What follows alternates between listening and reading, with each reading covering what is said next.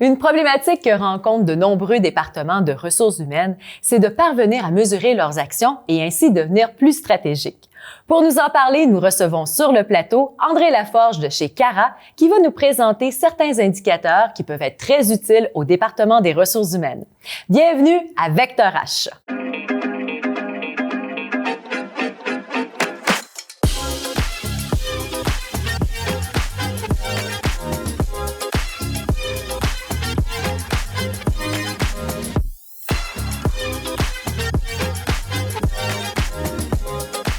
Bonjour André, bienvenue sur le plateau de Vecteur H.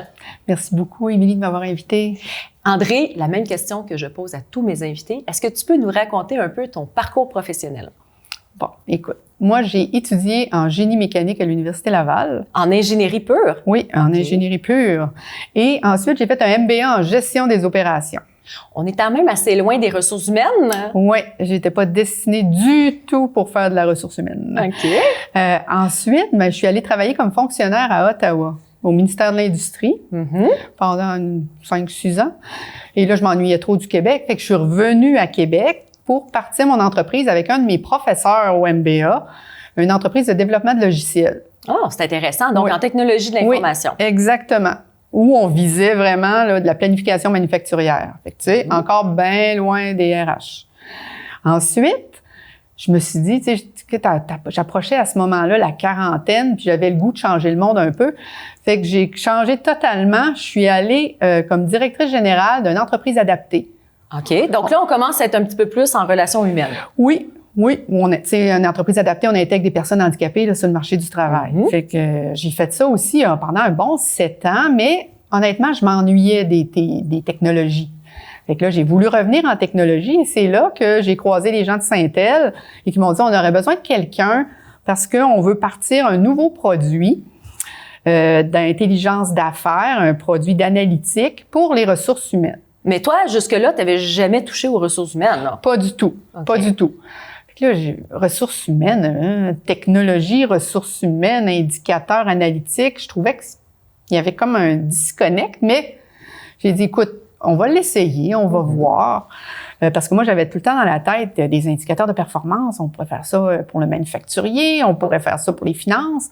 Les ressources humaines. Un petit peu plus difficile à mesurer. Un petit peu plus difficile à mesurer. Mais j'ai dit, je vais embarquer dans votre affaire, on va commencer ça.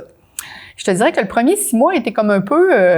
il a fallu que je m'adapte, là, puis que je comprenne mieux le travail que font les gens de ressources humaines, parce qu'on a quand même, quand on n'est pas en RH, beaucoup de préjugés sur ce que font les gens de ressources humaines, OK?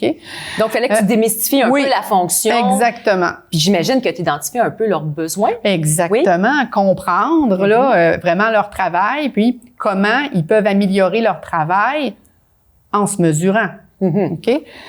Fait que ça, écoute, là, ça va faire 10 ans là que je suis chez Syntel avec la division Cara pour aider les gens de ressources humaines à mieux comprendre leurs données et utiliser leurs données pour prendre des décisions d'affaires. Et selon toi, avec toute l'évolution du marché jusqu'à présent, est-ce que tu penses que les ressources humaines se mesurent bien à l'heure actuelle? Écoute, ça a progressé durant les dernières années. Il y a 10 ans, non, OK? C'était pas de leur intérêt de se mesurer. Il y avait comme une crainte. Les gens de ressources humaines avaient peur que, en mesurant, en utilisant les données, les chiffres, ça déshumanise un peu leur travail, OK? Puis, on se cachera pas, là, entre toi puis moi, là, les gens qui vont en ressources humaines, habituellement, c'est parce qu'ils sont pas super à l'aise avec les chiffres, avec les statistiques. Je me trompe pas, là. Non, tu te trompes pas. C'est pas dans l'ADN d'une personne en RH de se mesurer puis d'utiliser des données, d'utiliser des chiffres, même de parler, je dirais, là, de signes de dollars, là, OK? En tant que tel, hein? C'est ça. On est plus, tu sais, du côté relation, aide, sentiment. On est plus de ce côté-là. Mais c'est super important pour une personne de ressources humaines d'être balancée puis d'utiliser les deux côtés, là. Donc, le côté plus yin, là, qui est le côté relation, et avec le côté yang, qui est le côté chiffre. Quand tu as quelqu'un de ressources humaines qui est balancé comme ça, qui est capable d'utiliser les deux, bien, à ce moment-là, il n'y a pas grand-chose qui peut l'arrêter, là. Donc, je pense que tu t'es donné une mission à travers tout ça. Hein? Est-ce que je me trompe? Ma mission dans la vie, c'est d'aider les personnes de ressources humaines à aimer les chiffres, à aimer les indicateurs de performance. C'est vraiment toute une mission, on se le cachera pas, hein? Oui, oui. Et je pense que pour commencer justement à réaliser cette mission-là, tu as mis en place un blog. Oui. Est-ce que tu peux nous en parler un peu? Parce qu'il a quand même été nommé dans les 100 meilleurs blogs d'influenceurs en analytique RH. C'est pas rien, André, là. Oui, ben oui, c'est ça. Je cherche encore comment le gars, il m'a trouvé, là. C'est un Anglais d'Angleterre, David Green, qui, en 2018, il a fait la liste des 100 personnes influenceurs en analytique RH. À travers le monde? À travers le monde. Wow! Et mon nom était dans la liste. Fait que c'est une belle reconnaissance. Ben oui.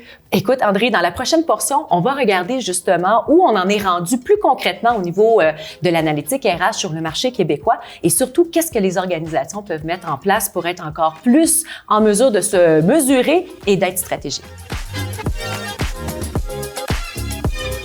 André, ça fait quand même plus de 10 ans que tu es sur le marché au niveau des indicateurs RH. Comment tu as perçu au départ le marché? Comment les organisations se mesuraient il y a 10 ans? Ben, ils se mesuraient pas. Du tout? Bon, pas bien. OK. Pas bien. À part quelques grands... Tu sais, ça va beaucoup avec la taille de l'organisation. Les très, très grandes organisations se mesuraient et se mesurent toujours.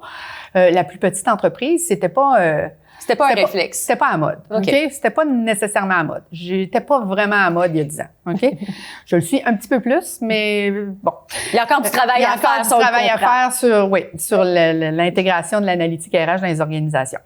Cependant, je peux te parler de comment une entreprise peut progresser dans l'analytique RH. Tout à fait. Donc, tu sais, la première étape, là, habituellement, c'est qu'ils veulent mesurer quelque chose, OK? Ils vont mesurer leur nombre d'employés, leur taux de roulement, leur absentéisme. Fait qu'ils vont mesurer des indicateurs de performance. Mais là, c'est bien beau les mesurer, mais mon taux de roulement, il est-tu bon ou il est pas bon? Mon absentéisme, est-tu élevé ou c'est correct? Donc là, ils doivent te demander de se comparer? Oui. Là, ils veulent se comparer. Fait que là, ils veulent se comparer à l'externe de leur organisation, dans leur secteur d'activité. Mon absentéisme, est-tu correct? Mon roulement, c'est-tu correct? Fait que ça, je te dirais que c'est ça les premières étapes que les organisations font pour entrer dans ce qu'on appelle l'analytique RH. Un coup qu'ils ont commencé ça, à se comparer, mais là, la direction leur demande, on aimerait ça avoir un tableau de bord. Donc, avoir plusieurs indicateurs de performance ensemble, puis de les regarder régulièrement. Et est-ce que tu dirais qu'à l'heure actuelle, dans les organisations, la plupart ont des tableaux de bord ou on est plutôt, je sais pas, peut-être à 50% du marché des organisations du Québec? Tu sais, je dirais pas 50%, je serais plus un tableau de bord ressources humaines. Oui, ressources humaines. Je dirais 30%. 30%. Ah oui, je dirais 30%. OK. Mais tu sais, il y a des tableaux de bord de finances, il y a des tableaux de bord en vente, il y a des tableaux de bord opérationnels. Mais en ressources humaines, je dirais à peu près 30% au Québec actuellement. Des organisations qui ont un tableau de bord, qui vont remettre à jour à tous les mois, là. Parce que des fois, les gens m'appellent, me disent « Regarde notre tableau de bord », puis c'est un tableau de bord annuel. Oui, ça marque un petit peu moins, ou on prend un petit peu moins le pouls de la réalité de l'entreprise. C'est ça. Fait que là, ces étapes-là, quand on a mis en place un tableau de bord, l'étape d'ensuite, c'est de l'analyser, puis de se dire, cet indicateur-là monte, celui-là descend, puis de tenter de comprendre ce qui se passe. Donc là, on regarde ce qui se passe, ce qui s'est passé dans notre organisation. Donc, moi, on fait des analyses descriptives. On décrit ce qui s'est passé, puis on essaye de comprendre qu'est-ce qui s'est passé, puis qu'est-ce qu'on pourrait faire pour améliorer la situation. Cependant, l'étape suivante, c'est de prédire ce qui va se passer. Oui, là, on est rendu vraiment à une étape subséquente où là, on est capable vraiment de prendre nos chiffres puis de se dire, si dans le passé, il s'est passé telle et telle affaire, dans le futur, on risque d'arriver vers telle situation. Oui. Est-ce qu'il y a beaucoup d'entreprises au Québec qui sont rendues dans le prédictif, à proprement dit? Très peu. Tu vas retrouver ça dans des secteurs d'activité comme secteur finance, assurance, des secteurs haute technologie, où on va commencer à faire ce qu'on appelle des analyses prédictives. Donc, prédire quel employé est à risque de quitter. Prédire c'est quoi les risques d'absence en invalidité psychologique de nos employés. Donc, tu vois là, le genre de prédiction qu'on pourrait faire, mais ça, c'est basé sur tes chiffres. Donc, il faut à la base avoir commencé à collecter de la donnée pour arriver à un niveau prédictif. Oui, il faut avoir un historique de données, puis il faut que cette donnée-là soit bonne aussi, parce que si tu n'as pas de la bonne donnée, tes prédictions seront pas bonnes. Donc, tes données, il faut qu'ils soient bonnes. Fait que, tu sais, au départ, les gens travaillent beaucoup sur leurs données, améliorer la qualité de leurs données pour arriver un jour à vouloir faire du prédictif. Mais là, le prédictif, c'est pas pour tout le monde non plus. Une entreprise qui a 60 employés, malheureusement, elle n'a pas assez de données pour être en mesure de mettre en place des modèles prédictifs. Il faut combien d'employés, justement, pour se permettre d'être prédictif? Ça va dépendre, là, mais je te dirais, là, c'est réservé à la grande entreprise, là. 1000, 2000 employés pour être en mesure de prendre des modèles prédictifs qui sont basés, là, sur l'apprentissage automatique, des algorithmes bien spécialisés. Ça prend une masse de données. Donc, moi, des fois, il y a des organisations qui m'appellent, puis André, on veut faire du prédictif. Mais il faut faire attention, là, tu sais. De un, il faut avoir en place déjà une base. OK? Quand tu n'es même pas capable de mesurer ce qui s'est passé dans le passé, pense pas que tu vas être capable de prédire l'avenir. Fait que, tu sais, il y a comme, moi, je dis, c'est comme un escalier à monter pour aller jusqu'au prédictif. Puis après le prédictif, tu as une autre étape qui est le prescriptif. OK. Et c'est quoi la différence entre le prédictif et le prescriptif? Prédictif, ça va dire, bon, les personnes qui sont à risque de quitter, voilà, tu sais. Émilie elle a 80% de risque de quitter dans la prochaine année. Le prescriptif va venir te dire, ben, si tu veux retenir Émilie, voilà sur quoi tu devrais agir. Alors là, il te faut vraiment beaucoup de données pour réussir à arriver à ce niveau-là. On s'entend. Exactement. Est-ce qu'il y a des entreprises au Canada ou au Québec qui sont déjà rendues là? Ben, il y en a qui en font, là. Il y en a. Okay. Mais regarde, j'estimerais, là, au Québec, c'est peut-être un 3% d'entreprises, là. OK, c'est quand même assez restreint. C'est restreint. Ouais. Mais moi, je suis une PME. Je reviens un petit peu à la base. Je suis une PME. Je me dis, je prends pas assez de mesures. J'ai pas assez d'indicateurs en main. Quelles sont tes suggestions? Quel devrait être, là, disons, le tableau de base qu'on devrait avoir au niveau des indicateurs? Ben, il y a 3 affaires. OK? De base, là. Puis moi, c'est la question que je pose la première fois que je rencontre une entreprise, là, j'y pose 3 questions. C'est quoi ton nombre d'employés? C'est combien tu as fait d'embauches dans le dernier mois? Puis combien tu as eu de départ? Donc, embauche, départ, nombre d'employés. Ça, si tu as de la difficulté à savoir ça, puis il y en a qui ont de la difficulté à savoir ça, là, que c'est pas si simple que ça. Okay. Fait que ça, c'est la base de la base. Un coup que tu as ça, là, tu peux faire un petit bout de chemin, puis là, mais c'est certain qu'actuellement, à cause de notre pénurie de main-d'œuvre qui affecte tout le monde. Oui. Là, on est beaucoup porté à regarder notre taux de roulement. Donc, c'est nos départs en pourcentage là, de notre nombre d'employés. Donc, ça, c'est vraiment regarder le taux de roulement, l'absentéisme aussi. On va regarder aussi ce qu'on appelle le taux de mobilisation. Donc, là, on va procéder par un sondage employé et on va sortir un taux de mobilisation pour savoir est-ce que mes gens sont mobilisés dans mon organisation. Et l'ensemble de ces données-là, habituellement, tu les récoltes de quelle façon? Parce que là, tu me parles d'un sondage, mais on s'entend le nombre de recrutements que je fais. Est-ce que je mets tout ça dans un tableau Excel?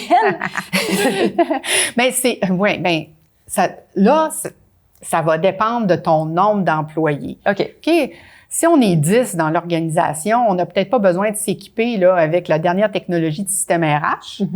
Un Excel peut faire. Cependant, comme les technologies RH ont beaucoup évolué dans les dernières années, faut pas attendre d'être 500 pour implanter un système d'information RH. Là. Okay? Puis il faut peut-être aussi des fois mieux exploiter son système de paye, parce que ça, un système de paye, tout le monde a ça. C'est vrai.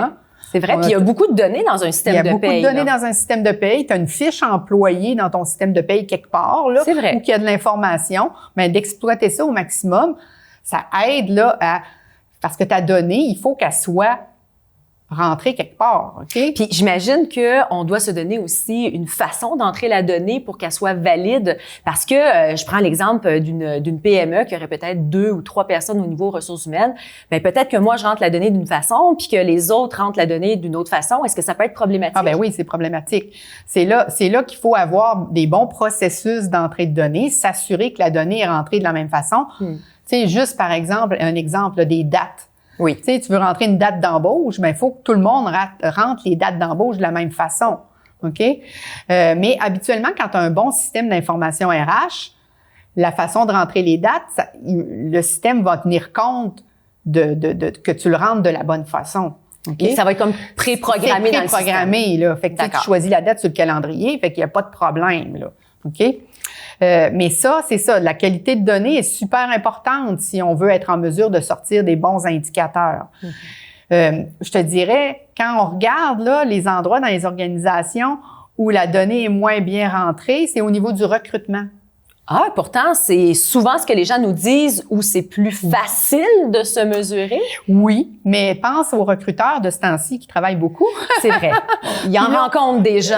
C'est ça. Fait que là, on leur demande, tu sais, de venir rentrer, la date que j'ai sélectionné la personne, la date que je l'ai appelée, la date que je l'ai passée en entrevue. Donc, on leur demande beaucoup de faire d'entrée de données. Ça, ce que ça fait, quand ils n'ont pas le temps, ils l'oublient ou ils en rentrent à moitié ou ils le font pas bien.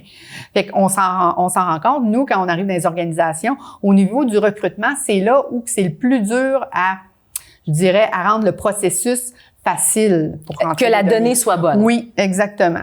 Une autre question qui me brûle les lèvres depuis tout à l'heure, André, est-ce qu'on doit être un spécialiste en statistiques pour avoir des tableaux de bord ou pour analyser nos tableaux de bord? Non, faut pas penser là qu'on a besoin d'un scientifique de données dans notre équipe si on veut se lancer dans la mesure puis dans les indicateurs de performance. Non, je veux dire, ça prend quelqu'un qui a du bon sens. Je dis souvent là dans les organisations parce que ça prend comme quelqu'un qui va être responsable des calculs, qui va être responsable. Un peu le gardien. S'assurer de l'uniformité comme tu parlais exactement. Tantôt. Okay. Puis, tu sais, tout le monde me demande, c'est quel profil ça? J'ai dit, prenez votre personne RH qui aime ça, les fichiers Excel. Quelqu'un en RH qui aime les chiffres puis qui aime les fichiers Excel, ça devrait être elle qui s'occupe de monter les tableaux de bord puis de monter, tu sais, de s'assurer que les données sont rentrées comme il faut. Mais t'as pas besoin d'avoir un PhD ou un doctorat en statistique là, pour commencer à te mesurer. Et souvent, tu me diras si je me trompe, André, mais j'ai l'impression que les gens se mesurent, mais n'utilisent pas nécessairement la donnée. Qu'est-ce que tu aurais comme conseil à leur donner pour dire justement, regardez votre donnée, mais il faut en faire quelque chose. Oui. Il faut être capable d'un mois à l'autre, quand on se mesure, de voir quand même une évolution arriver à travers ça. Là. Oui, c'est ça. Tu sais, les premières choses à faire, c'est de prendre tes indicateurs puis de les mettre sur une ligne de temps. Donc, de regarder ton taux de roulement. Est-ce qu'il augmente ou est-ce qu'il descend? S'il augmente, es-tu capable de savoir pourquoi? Donc là, il faut aller voir un peu en arrière de l'indicateur puis de se dire, bon, mon taux de roulement a augmenté, j'ai eu tant de départs. Ces départs-là, c'est qui est parti, puis c'est quoi ces raisons de départ. Donc, peut-être là que c'est... des fois, ça peut être du roulement involontaire. Pense là en début de pandémie, quand des gens ont eu à mettre à pied des employés, mais c'est sûr que ça fait augmenter leur taux de roulement. C'est vrai. Mais il faut comprendre, ce qui est derrière l'indicateur, donc il faut comprendre les données. Fait que, tu sais, la première chose, c'est de prendre l'indicateur et de le mettre dans un graphique puis voir est-ce qu'il progresse ou est-ce qu'il décroît puis de comprendre tout ça. Puis c'est aussi, si l'indicateur, on n'est pas capable d'agir sur l'indicateur. Ça peut arriver des fois. Oui, ça peut avoir des situations où c'est plus difficile. C'est plus difficile d'agir. Mais on devrait prendre des indicateurs sur lesquels on peut agir, puis on devrait prendre des indicateurs qui ont un lien avec la stratégie d'affaires de l'organisation. Donc, ce que tu es en train de me dire, c'est que si moi, dans mon organisation, je bâtis un tableau RH, ça veut pas dire que toi, dans ton organisation, tu vas prendre exactement le même. C'est en plein ça. C'est en plein ça. Il faut que ça soit en lien avec les objectifs de l'organisation. Donc, on est en croissance, on veut aller sur d'autres marchés. Donc, notre recrutement est peut-être super important. Fait qu'on va peut-être avoir plus d'indicateurs de recrutement à ce moment-là. Ou si on se rend compte, puis comme je parlais tantôt, là, la rétention de ces temps-ci, les gens veulent garder leurs employés. Oui, c'est important. Le taux de roulement, il est mesuré là dans 99% des organisations qui mesurent. Mais c'est bien, la pénurie va avoir amené ça, André. Oui, hein? Cet indicateur-là va être bien implanté dans les organisations. Oui. Là. Mais la pandémie, ce que ça l'a fait, justement, c'est que ça l'a amené, je dirais, j'allais dire, la lumière sur les gens de ressources humaines. OK? Vrai. Ça leur a amené à dire, ben, écoute, qu'est-ce qui se passe avec nos employés? Sors-moi telle chose. Et donc, les RH ont eu comme pas le choix d'aller chercher des données puis d'amener ça à leur direction pour leur montrer la situation. Fait que un peu le portrait global de où se situe l'organisation par rapport aux employés. Exactement. Par rapport au marché à quelque part aussi. Exactement. Fait que, tu sais, COVID et pénurie, là, ça a fait en sorte que... Ça l'a amené une étape supplémentaire, là, justement, dans l'appropriation de la mesure. Exactement. Depuis tout à l'heure, je t'entends me parler de mesures quantitatives. Tu as abordé un petit peu tout à l'heure au niveau de la mobilisation, le sondage. Oui. Donc, on voit aussi un petit peu dans le quantitatif, mais le qualitatif aussi, là. Oui, les deux vont de pair, là. Souvent, on va croiser de la donnée de sondage avec de la donnée qui vient des systèmes d'information, là. Donc, de la donnée quantitative et de la donnée qualitative. On peut les nommer différemment aussi. La donnée qui est dans le système, c'est de la donnée qui est passive. La donnée qui provient des employés, c'est de la donnée qui est active.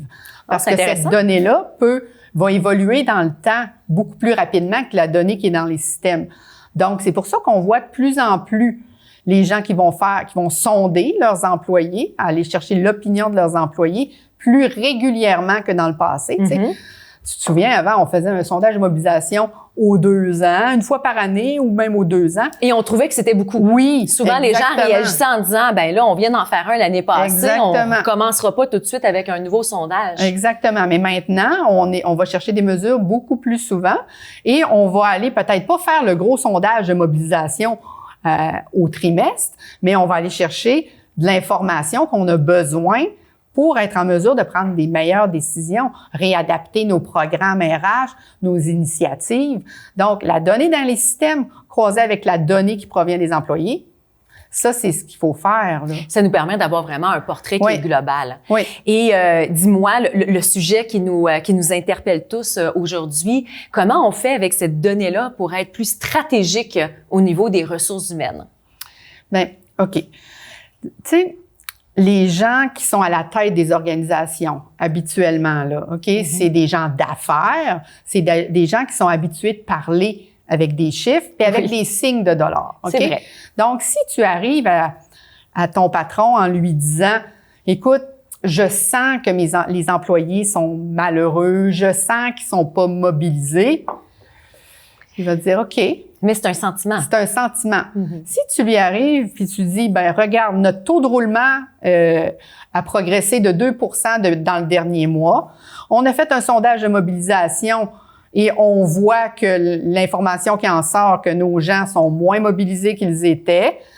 Je prends mon taux de roulement puis ça a augmenté de 2 Qu'est-ce que ça veut dire ça en dollars? Ben on est capable de traduire ça en dollars et dire, ben à tous les mois maintenant, on perd 25 000, 30 000, 50 000 parce qu'on a des gens qui nous quittent. Oui, effectivement. Puis, la même affaire au niveau de la mobilisation. Des gens non mobilisés ne produisent pas autant que des gens mobilisés. Donc, on est capable aussi d'associer un signe de dollar à cette non-mobilisation-là.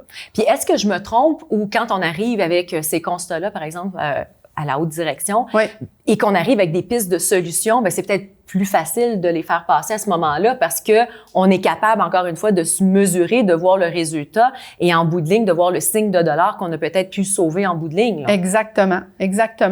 Écoute, j'ai des exemples, là. Oui, est-ce que tu peux nous en donner un? Oui, ben écoute, une compagnie de 150 employés dans le milieu des services professionnels. Notre VP RH, veut vendre son projet, là, c'était un projet de santé mieux-être, là, c'est pour les employés, mais la haute direction trouvait que ça coûtait bien trop cher, puis ils voulaient pas investir là-dedans, ils voyaient pas, Ils voyaient pas la valeur ajoutée. Ils voyaient pas la valeur ajoutée, OK? Ouais.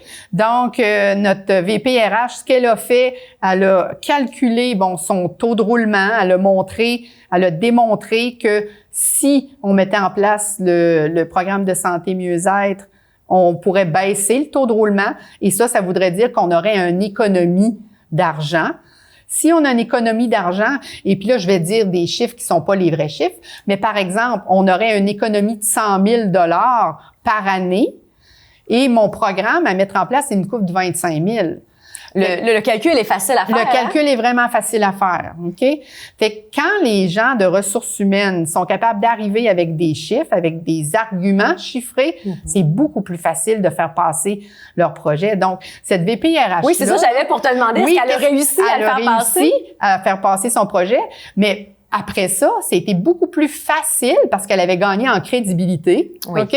Parce que veux pas, t'arrives avec des chiffres, tu gagnes en crédibilité. Tu parles le même langage, finalement, que le comité de direction. Exactement. Là. Fait qu'elle a gagné en crédibilité. Donc, pour elle, maintenant, c'est beaucoup plus facile de faire passer ces initiatives RH. Donc, on a vraiment tout à gagner à venir mesurer l'ensemble de nos actions RH. Là. C'est sûr. C'est sûr. Excellent. Merci beaucoup, André. Dans le prochain bloc, on va regarder plus concrètement, plus spécifiquement, quels seraient les différents indicateurs à avoir dans nos tableaux de bord, autant du côté quantitatif que qualitatif. On l'a bien retenu. Donc, André, tu m'as convaincu. Je suis une PME. Je veux commencer à me mesurer. Par quoi je commence? Bon, j'en ai parlé tout à l'heure un peu. On commence par notre nombre d'employés, notre nombre d'embauches dans la dernière période. Ça peut être dans le dernier trimestre, dans le dernier mois, puis notre nombre de départs. Donc, ça, c'est les 3 chiffres de base. Ben oui. Ça devrait être assez simple à faire. Hein? Dans un dossier Excel, là, ça, c'est correct. On est correct. OK, on est correct. Oui. Ensuite, vient le taux de roulement, là. Le taux de roulement, c'est assez, je te dirais, là, criant, élémentaire. Donc, on calcule notre taux de roulement. Puis là, on va vouloir le comparer, ce taux de roulement-là, pour savoir, ben, on est-tu bon? On est-tu dans la moyenne? Et là, ben, il existe un outil gratuit. C'est quoi cet outil-là? C'est le baromètre RH de l'Ordre des CRHA. OK. Donc, ça, c'est un outil qui permet aux organisations de venir entrer leurs données dans l'outil et ça calcule automatiquement 11 indicateurs de performance. Es-tu capable de me mentionner les 11 indicateurs? On va essayer. OK. Le taux de roulement total, le taux de roulement volontaire, le taux de roulement involontaire. Donc, volontaire, involontaire. Le volontaire, c'est l'employé qui démissionne, OK, ou qui part à la retraite. Puis involontaire, c'est l'employeur qui prend une décision, là, de mettre fin à l'emploi de l'employé.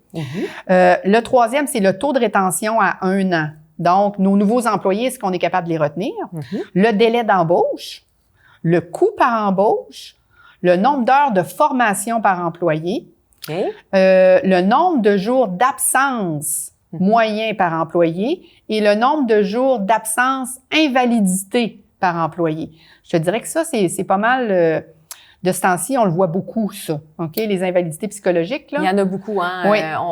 C'est un sujet, disons, en ressources humaines, là, qui est très, très présent. Oui. Fait que beaucoup de gens veulent se mesurer, savoir mon nombre de jours d'absence invalidité par employé. Est-ce qu'il est bon? Est-ce qu'il est... Donc, il y a ça. Un dernier indicateur, il en reste 2. Le taux de rendement du capital humain, qui est un indicateur financier. OK? Ah, c'est intéressant. Oui. Financier RH, on voulait mettre un indicateur financier pour faire comprendre au RH que les finances et les RH, ça doit aller ensemble. Hein? Ça va de pair. Ça va de pair. Et le dernier, c'est le taux de recommandation employeur. OK? Donc, ça, c'est davantage un indicateur qui vient de l'opinion des employés, à savoir est-ce que je serais prêt à recommander mon employeur comme endroit pour travailler à mes amis et à ma famille. Donc, si je vais sur le site de l'Ordre, que je rentre mes chiffres au niveau du baromètre RH, je peux me comparer par rapport à d'autres organisations du même secteur, la zone géographique, la taille d'entreprise, comment ça fonctionne? C'est tout ça. Donc, c'est tout ça. Donc, tu peux te comparer à toutes, OK? Ou par secteur d'activité. Donc, tu peux te comparer à ton propre secteur d'activité. Tu peux te comparer aussi par taille d'organisation. Les petites organisations peuvent se comparer entre elles si elles le veulent. Mais tu peux aller te comparer aussi avec des organisations plus grandes. Donc, c'est toi qui choisis par des filtres qui existent de choisir avec quelle taille tu veux te comparer. Puis, tu peux te comparer aussi selon ta région administrative au Québec. Donc, une entreprise de Montréal va vouloir se comparer avec d'autres entreprises de la région de Montréal. Exactement. Puis, je trouve ça intéressant parce que présentement, avec la situation de pénurie de main-d'œuvre dans laquelle on est, ça bouge beaucoup. Et c'est vrai que des fois, dans les organisations, on peut perdre un peu le fil de comment ça évolue, à la vitesse à laquelle ça évolue. Au moins, ça nous permet vraiment là, d'avoir une comparaison semblable. Oui, exactement. Donc, j'ai mes premiers indicateurs, j'ai mon taux de roulement. Je me dis, je vais aller me comparer par rapport à d'autres éléments qui sont importants pour moi, la région, le secteur, etc. Après ça, quels seraient tes conseils pour les organisations? Le baromètre, ça va te donner déjà un tableau de bord avec 11 indicateurs de performance. Il y en a combien au total des indicateurs? Des indicateurs de performance, il y en a plus de 350. Ah oui, il faut faire un choix, là. Oui, il faut faire un choix. Puis habituellement, le choix qu'on fait, il est basé sur notre stratégie d'affaires, C'est vrai. sur nos objectifs. OK? Donc, il faut faire vraiment le lien entre l'indicateur et les objectifs d'affaires. Ça, c'est primordial pour avoir un tableau de bord qui parle. Mais là, on parle de 350 indicateurs potentiels. Un bon tableau de bord, je devrais en avoir combien? Ça, c'est une bonne question. Moi, ce que je dis, habituellement, ça va avec tes objectifs stratégiques. Donc, supposons que tu as 3 grands objectifs. Mettons, 3 grands objectifs pour la prochaine année. Ben, mets 2-3 indicateurs par objectif. Fait que faisons un petit calcul rapide. 3 x 3, 9. Oui. OK? Ça arrête de l'allure. Si tu as 5 objectifs, tu peux peut-être te rendre à 15 indicateurs. Mais quand on dépasse le 15 indicateurs sur un tableau de bord, ça commence à être difficile. Je pense qu'on est mieux de commencer petit, OK? Avec les indicateurs qui sont plus parlants. Et quitte à en rajouter par la suite. Parce que c'est bien beau de mettre un indicateur là, mais il faut le faire vivre, OK? Donc, il faut être capable de le mettre à jour. Quand on n'est pas équipé, là, puis qu'on fait ça dans Excel, c'est quand même de la job, oui. OK? Donc, de commencer petit, de s'assurer que ce qui est là est maîtrisé, qu'on le comprend bien, et après, on en rajoutera. Donc, à peu près une quinzaine d'indicateurs, là, ce serait vraiment une bonne base. 15, c'est quand même beaucoup, je trouve. Surtout à suivre, là. Oui, à suivre, tu sais. Et est-ce que la qualité de la donnée reste quelque chose d'important pour toi? Oui. Fait que donc, c'est important aussi, dès le départ, là. Quand on est une petite organisation, c'est plus facile à implanter, là. C'est vrai. De se dire, la donnée qu'on met dans nos systèmes, assurons-nous qu'elle est rentrée comme il faut. OK? Donc, ça, de mettre l'emphase sur la qualité de données. De le faire dès le début, OK? De pas attendre là qu'on soit rendu 200 dans l'organisation pour se dire, ah ben là, on aurait besoin de nos données. De faire le ménage, là, c'est du travail. Est-ce qu'on fait une espèce de guide d'utilisation d'entrée de données? Comment ça fonctionne? Oui, ça peut être ça, de mettre en place vraiment un processus d'entrée de données et s'assurer que tout le monde suit la même façon d'entrer les données dans nos systèmes. Une autre chose aussi qui est importante, c'est vraiment de faire un partenariat avec les autres fonctions de l'organisation. Comme quel département, par exemple? Ben, les finances, OK? Oui. Parce que les finances, souvent, sont eux qui tiennent les cordons de la bourse. Hein? Puis, habituellement, ils ont beaucoup de données, là. Oui, on se le cachera pas. Oui, ils sont habitués de mesurer. Donc, ils peuvent conseiller les gens de ressources humaines à comment mesurer. Puis s'assurer aussi que les définitions qu'on a de nos indicateurs, ben que les finances adhèrent à cette définition-là. Puis là, je vais juste te donner un exemple, là, le nombre d'employés. OK? C'est quoi votre nombre d'employés? Mais qu'est-ce qu'on inclut dans un employé? Est-ce que ceux à temps partiel, temporaire? Exactement. Si on a des bénévoles? Exactement. Est-ce qu'on les inclut? Est-ce qu'ils sont inclus, exclus? Aussi, est-ce que notre nombre d'employés, est-ce qu'on le prend à la fin du mois ou on prend notre nombre d'employés le plus élevé pendant le mois? C'est des détails qu'il faut vraiment prendre en considération. Exactement, exactement. T'sais, donc, la définition de ton indicateur, c'est s'assurer qu'elle soit claire, OK? Et qu'elle soit aussi, que tout le monde dans l'organisation adhère à ça. Est-ce qu'il y a d'autres départements qu'on devrait consulter? Bien, les gens de technologie de l'information sont là pour vous aider aussi à extraire la donnée des systèmes. C'est vrai. Parce que là, si on veut mettre en place un beau petit tableau de bord puis on utilise Excel, ben il faut prendre la donnée dans nos systèmes puis l'amener dans Excel. Bon, il y a peut-être du monde RH qui sont capables de faire ça tout seul, mais c'est pas toujours facile. C'est pas toujours facile. Puis ça va dépendre du système aussi. Les systèmes de dernière génération, c'est beaucoup plus facile. Mais si on a un vieux système de paye, mais peut-être qu'on va avoir besoin d'aide des gens de TI. Et après ça, à peu près à combien d'employés on devrait rentrer justement un système de mesure RH? Moi, je dis qu'on peut commencer dès qu'on a 10 employés, là, OK? Dès qu'on a 10 employés, on peut commencer à mesurer quelques indicateurs. Mais autour de 50, là, il faut être en mesure d'avoir nos indicateurs de performance. Puis, là. À quel moment on rentre des plateformes technologiques pour nous aider? Écoute, là, ça va dépendre de ton secteur d'activité, beaucoup de ton secteur d'activité. Puis ça va dépendre aussi le poids. Puis quand je dis le poids, là, le poids des RH dans l'organisation. Puis quand je dis RH, le poids des employés. Est-ce que les employés, c'est un gros coût pour l'organisation? Okay. Si c'est un gros coût, ben rapidement, il faut être en mesure de bien mesurer ce coût-là pour s'assurer que on est une entreprise là, qui est profitable puis qui va bien. Donc, est-ce que tu dirais également que en plus de partager la vision de chacun des indicateurs avec les autres départements, il doit y avoir aussi une certaine transparence, communication à travers toute cette mesure RH? Oui. OK. Oui, c'est important d'être très transparent pourquoi on mesure. Oui, hein? OK? Ça peut faire peur? Ben oui. Oui. Ben oui. Ça peut faire peur. On peut penser qu'on mesure pour contrôler les gens. C'est vrai. Pour que c'est une mesure de contrôle, là. Mais il faut pas que ça soit vu comme ça. Les indicateurs de performance doivent être utilisés dans un souci d'amélioration. Donc, quand on commence à se mesurer, c'est parce qu'on veut s'améliorer. Donc, il faut savoir où on est, d'où on part pour pouvoir s'améliorer. Les indicateurs de performance, ça sert à ça. Donc, cette transparence-là est vraiment très importante. Oui. André, merci beaucoup pour ta visite sur le plateau, toujours aussi intéressante.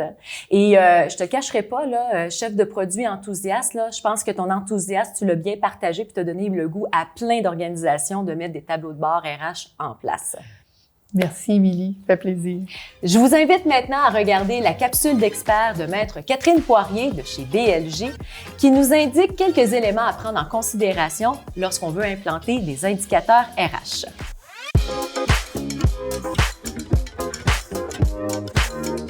Naturellement, les indicateurs RH sont une excellente façon de mesurer année après année les résultats de l'organisation en lien avec ses ressources humaines et en même temps, de façon directe ou indirecte, le travail des gestionnaires sous-jacents à ces résultats. Cependant, il y a certains commentaires qui s'imposent en lien avec le choix de ces indicateurs-là. On voit souvent notamment un indicateur en lien avec la santé et sécurité au travail qui est lié à l'absence d'accidents ou l'absence de quasi-incidents dans l'organisation. On voit notamment des employeurs, afin de mobiliser leurs salariés, qui vont mettre en place des journées sans accident, affichées devant tout le monde. Ça fait 100 jours sans accident, on a droit à un dîner pizza ou quelque chose comme ça pour essayer d'encourager les salariés à prendre soin de leur santé et prendre soin de leurs collègues également en milieu de travail. L'effet pervers d'un tel indicateur du nombre de journées sans accident, malheureusement, c'est que le groupe peut éventuellement mettre de la pression sur les collègues afin qu'il n'y ait pas de déclaration d'accident ou de quasi-accident dans le but de garder ce record immaculé du nombre d'absences d'accidents pendant une certaine durée de temps. L'effet dissuasif qui peut naturellement découler de tout ça, c'est que les gens pourraient être victimes d'une lésion professionnelle et ne pas le déclarer à temps, ce qui peut entraîner des complications au niveau d'une lésion professionnelle naturellement et également au niveau de la prévention pour l'employeur qui ne sera pas informé adéquatement de ce qui se passe dans son milieu de travail. Un autre indicateur qui peut être intéressant, plutôt que d'opter pour le nombre de jours d'absence liés à une lésion professionnelle, en fait, on peut opter pour un indicateur qui visera le nombre de journées en assignation temporaire de vos salariés. On sait que quand un salarié se blesse en raison d'une lésion professionnelle, afin d'encourager sa réadaptation, on va mettre en œuvre un retour en travail progressif en travaux légers. Calculer le nombre de jours en assignation temporaire, notamment, permettra de savoir si votre gestionnaire s'est vraiment bien investi et de récompenser votre gestionnaire qui s'investit auprès des salariés afin de favoriser un prompt retour au travail régulier. Vous l'aurez compris qu'il est important, voire même essentiel, de commencer à se mesurer le plus rapidement possible pour vous permettre de prendre les meilleures décisions, mais également pour mettre en place les meilleures pratiques de ressources humaines. N'oubliez pas de visiter le site factorage.com pour visionner d'autres émissions, mais également pour télécharger la fiche récapitulative. Au plaisir et à la prochaine!